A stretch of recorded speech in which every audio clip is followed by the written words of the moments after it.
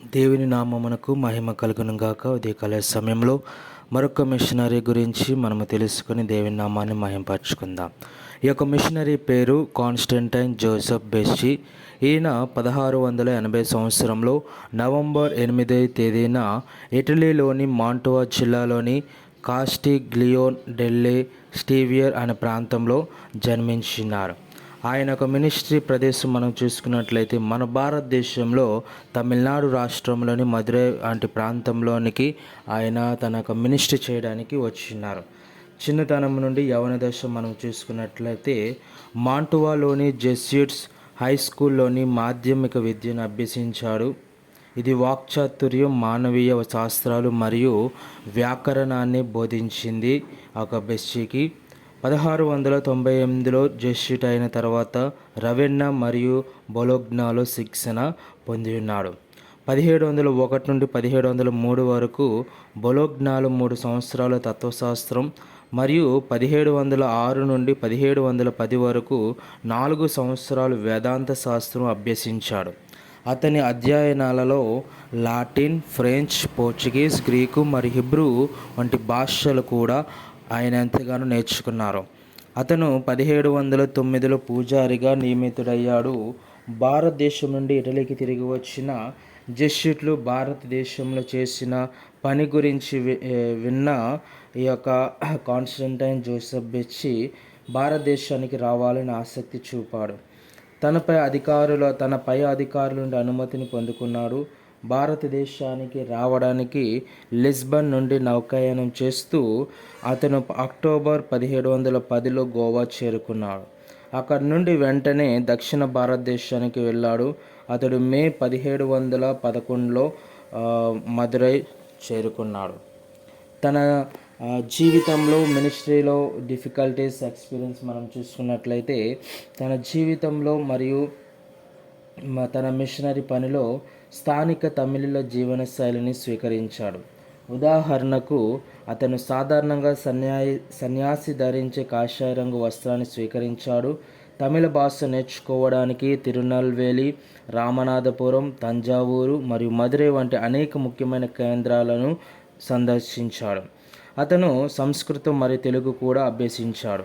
1711 నుండి 15 వరకులో అతను హింసను ఎదుర్కొన్నాడు మరియు మరణశిక్ష నుండి కూడా ఆయన తప్పించుకున్నాడు. ఇది అతనిని తమిళ భాషలో ప్రావీణ్యం సంపాదించడానికి ఎక్కువ సమయం ఇచ్చింది. దీనిలో అతను త్వరలోనే గొప్ప నైపుణ్యాన్ని చూపించాడు. తన నమ్మకాల యొక్క ఖచ్చితత్వాన్ని సమర్థించడంలో అతని ధైర్యం కారణంగా అతన్ని ప్రేమగా ధైర్యనాథర్ అంటే నిర్భయ గురువు అని పిలుస్తారు. మొదటి 6 సంవత్సరాలు ఆయన అరియాలూర్ జిల్లా తియవయార్ సమీపంలోని ఎలకూరెచ్చి అనే పట్టణంలో మిషనరీగా పనిచేశారు. తరువాత తమిళనాడులోని పురాతన క్రైస్తవ సమాజాల్లో ఒకటైన కామనాయకన్ పట్టేలో పారిష్ పూజారిగా పనిచేశారు. ఆయన 1738 వరకు తంజావూరు ప్రాంతంలో పనిచేశారు మరియు 1740లో కోరమండల్ తీరంలో స్థిరపడ్డారు. అక్కడ తన జీవితాంతం ఆయన పరిచర్య చేస్తూ ఉన్నారు. అతను తంజావూరు సమీపంలోని పూండిలో పూండి మఠం బసలికా, తంజావూరులోని వ్యాగుల మాత చర్చి, పెరియానాగరి మాదా మందిరం, కోనన్కుప్పంలోని ముగసపరూర్, కోనన్కుప్పం మరియు ఎలకూరిచ్చి వద్ద అడైకల మాద మందిరాన్ని నిర్మించడంలో సహాయం చేశాడు. ఈ చర్చిలు ఇప్పుడు క్యాథలిక్ యాత్రికుల కేంద్రాలు. బెస్సి గారు కొచ్చిన్ రాజ్యంలోని త్రిశూర్లోని అంబలకాడులో మరణించారు మరియు సంపాలూరులోని సెయింట్ ఫ్రాన్సిస్ జేవియర్ చర్చిలో ఖననం చేయబడ్డారు. అక్కడ ఆయన సమాధి కూడా చూడవచ్చు. ఈయనకి ఇచ్చిన ఒక బిరుదులో ఒక బిరుదు మనం చూసుకున్నట్లయితే వీరమ మునివర్ అనే బిరుదును ఆయన పొందుకున్నాడు. ఆయన తమిళ సాహిత్యానికి ఎంతగానో సహకారం చేస్తున్నాడు. బెస్సి మొదట తమిళ నిఘంటువును, ఒక తమిళ లాటిన్ నిఘంటువును సంకలనం చేశాడు. పదాలు, పర్యాయ పదాలు మరియు పదాలు ప్రాసల వర్గాలను కలిగి ఉన్న ఒక చతురకరతి అనే సమగ్ర నిఘంటువును కూడా ఆయన సంకలనం చేశాడు. అలాగే 2 తమిళ వ్యాకరణాలు మరియు 3 నిఘంటువులను కూడా రచించాడు.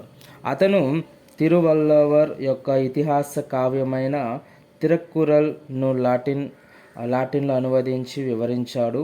అతను తేవారం, తిరుప్పుకల్, నన్నూల్, అత్తిచూడి వంటి అనేక ఇతర ముఖ్యమైన తమిళ సాహిత్య రచనలను యూరోపియన్ భాషల్లోనికి అనువదించాడు.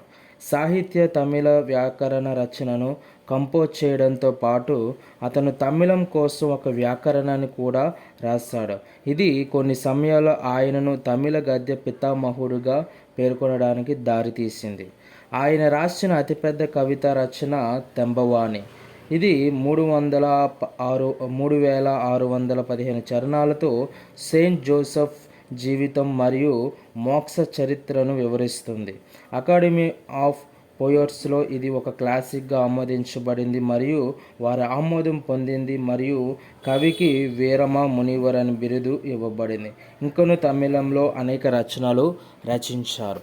ఎక్కడో ఇటలీలో పుట్టి పెరిగి తత్వశాస్త్రం, వేదాంత విద్యను నేర్చుకున్న ఒక వ్యక్తి మన భారతదేశానికి వచ్చి స్థానిక భాష అయిన తమిళనాడులోని స్థానిక భాష అయిన ఆ యొక్క తమిళంలోని గొప్ప సాహిత్యాలు లేదా తమిళ సాహిత్యానికి ఎంతగానో ఆయన సహకారం చేస్తున్నారు. ఆయన మన భారతదేశానికి ఉన్న ఒక ప్రేమను బట్టి మన భారతదేశంపై పరిచర్య చేయాలి, దేవుని యొక్క మిషనరీ పనిచేయాలన్న ఒక తపనతో ఆయన మన భారతదేశానికి వచ్చింది. ఈయన ఒక జీవితం అనేకులకు ఒక స్ఫూర్తిదాయకంగా ఖచ్చితంగా ఉండబోతుంది. ఆమేన్.